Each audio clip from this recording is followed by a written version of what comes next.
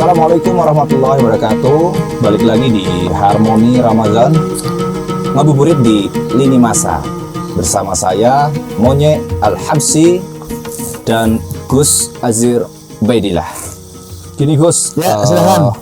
Kebetulan ada beberapa pertanyaan dari netizen. Salah satunya saya bacakan ya Gus ya. Ya, silakan. Ini mengenai yang lagi ramai itu kan vaksinasi ya. Oke. Bagaimana hukumnya mungkin atau apa ya ketika melakukan vaksinasi di pas Ramadan atau pas puasa. Oke. Pertanyaannya, apakah gimana? Apakah apa ya maksudnya itu hukumnya gimana gitu? Oke. Jadi terlepas dari simpang siurnya vaksinasi ya, itu tidak kita bahas di sini. Okay. Tetapi memang vaksin ini memasukkan ke dalam tubuh kita pakai satu alat. Oh itu dong gitu. Jarum. Nah, dalam bahasa Arab jarum itu namanya ibroh. Ibroh. Nah, memang di zaman Nabi metode memasukkan sesuatu ke dalam tubuh dengan ibroh ini memang sesuatu yang belum dikenal, belum populer gitu. Maka tidak ada keterangan yang pasti mengenai hal ini.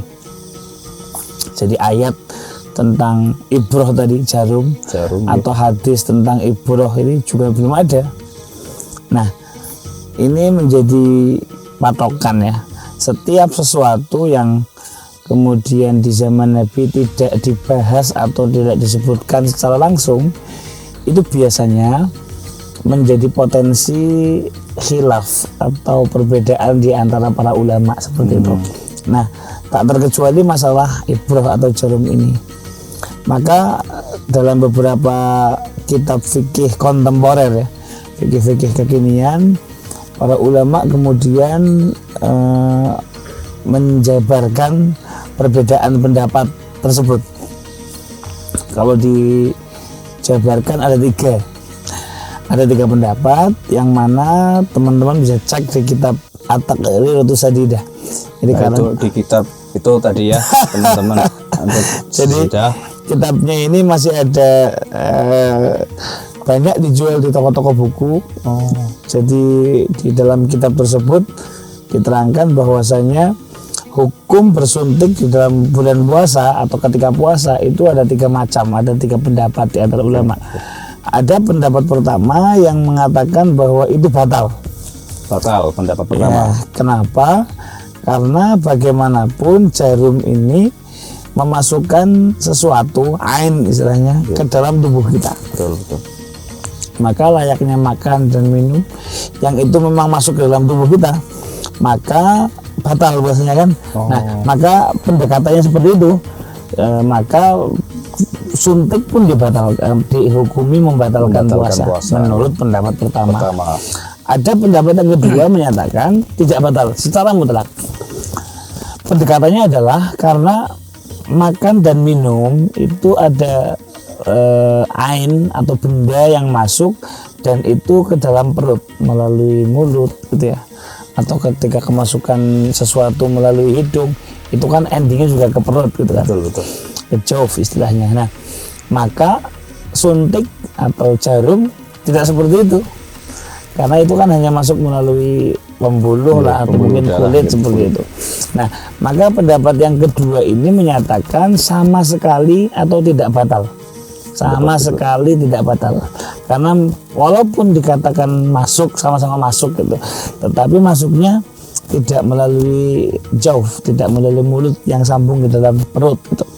Nah, pendapat pertama mengatakan batal secara mutlak. Pendapat kedua mengatakan tidak batal secara mutlak dengan pendekatannya masing-masing yang telah saya sampaikan tadi.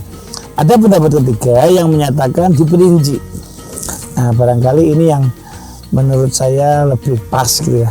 Dan memang oleh para ulama pendapat ini yang dikatakan paling mendekati atau paling masuk akal seperti itu. Ya, apa itu? Pendapat ketiga mengatakan diperinci satu, apabila cairan yang dimasukkan melalui jarum tersebut kemudian yughadhi itu apa? Memberikan efek kenyang. Maka suntik tersebut bisa membatalkan puasa. Misal kita Infus lagi mungkin ya? infus barangkali itu kan ada memberikan efek kenyang gitu ya.